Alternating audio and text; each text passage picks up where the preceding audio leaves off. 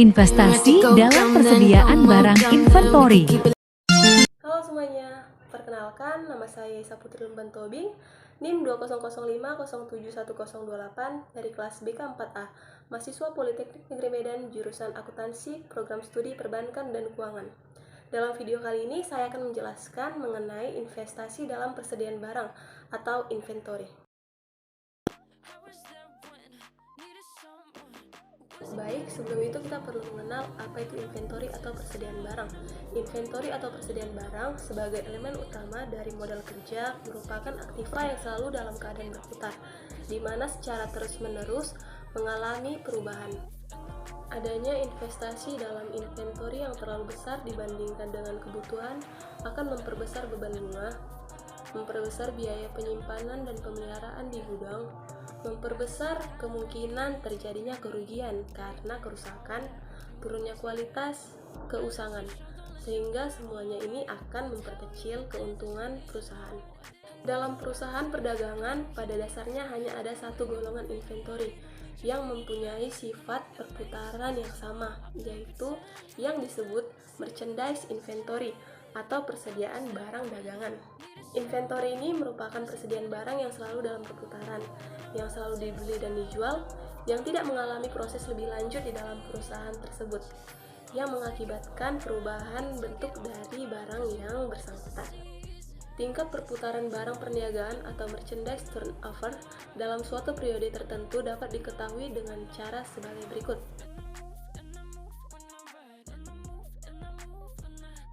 Contoh. Lanjut.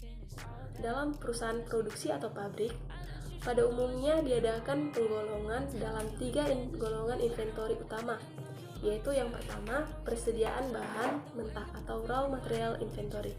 Yang kedua, persediaan barang dalam proses atau setengah jadi, atau disebut dengan work in process atau goods in process inventory. Yang ketiga, persediaan barang jadi atau finished goods inventory. Masing-masing golongan inventory tersebut dapat dihitung turnover-nya dengan rumus sebagai berikut.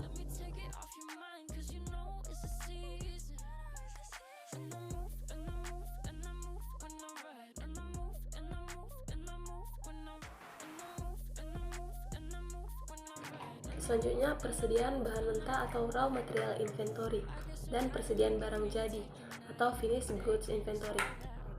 Untuk melangsungkan usahanya dengan lancar, maka kebanyakan perusahaan merasakan perlunya mempunyai persediaan bahan mentah.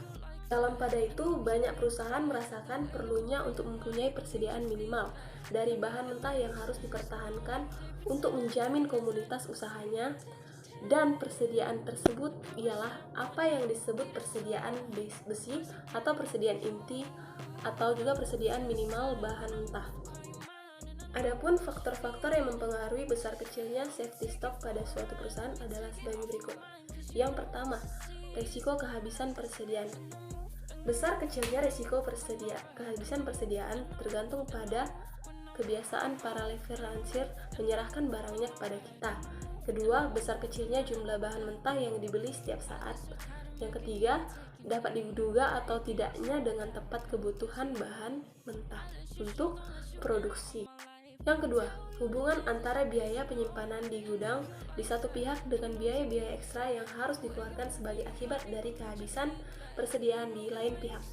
Adapun faktor-faktor yang mempengaruhi besar kecilnya persediaan minimal barang jadi, terutama adalah sebagai berikut. Yang pertama, sifat penyesuaian schedule produksi dengan pesanan ekstra. Yang kedua, sifat persaingan industri. Yang ketiga, hubungan antara biaya penyimpanan di gudang dengan biaya karena kehabisan persediaan. Selanjutnya, hubungan schedule aliran kas dengan schedule penerimaan bahan mentah dan pengiriman barang jadi. Apabila pembelian bahan mentah dilakukan dengan tunai, maka saat masuknya bahan mentah secara fisik ke dalam perusahaan adalah bersamaan dengan saat aliran kas keluar. Seperti halnya pada pembelian bahan mentah, perusahaan besar pada umumnya menjual produk akhirnya dengan kredit, yang berarti bahwa saat penjualan adalah berbeda dengan saat penerimaan kas atau cash inflows.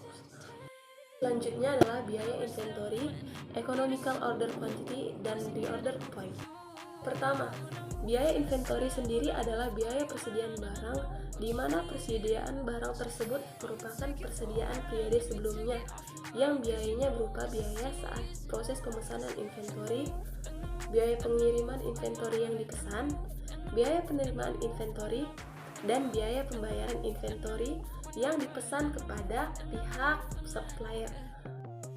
Yang kedua, Economic Order Quantity atau EOQ merupakan metode manajemen persediaan yang menentukan jumlah pemesanan atau pembelian yang harus dilakukan dan berapa banyak jumlah yang harus dipesan agar biaya total atau penjumlahan antara biaya pemesanan dan biaya penyimpanan menjadi minimum.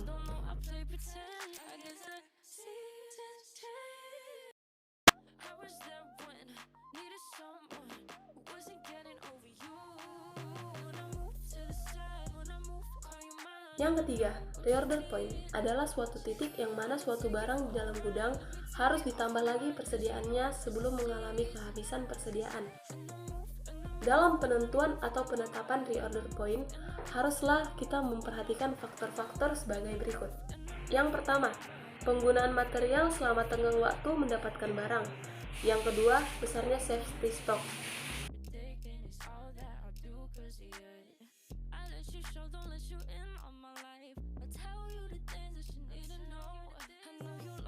I was there when needed someone who wasn't getting over you. When I moved to the side, when I moved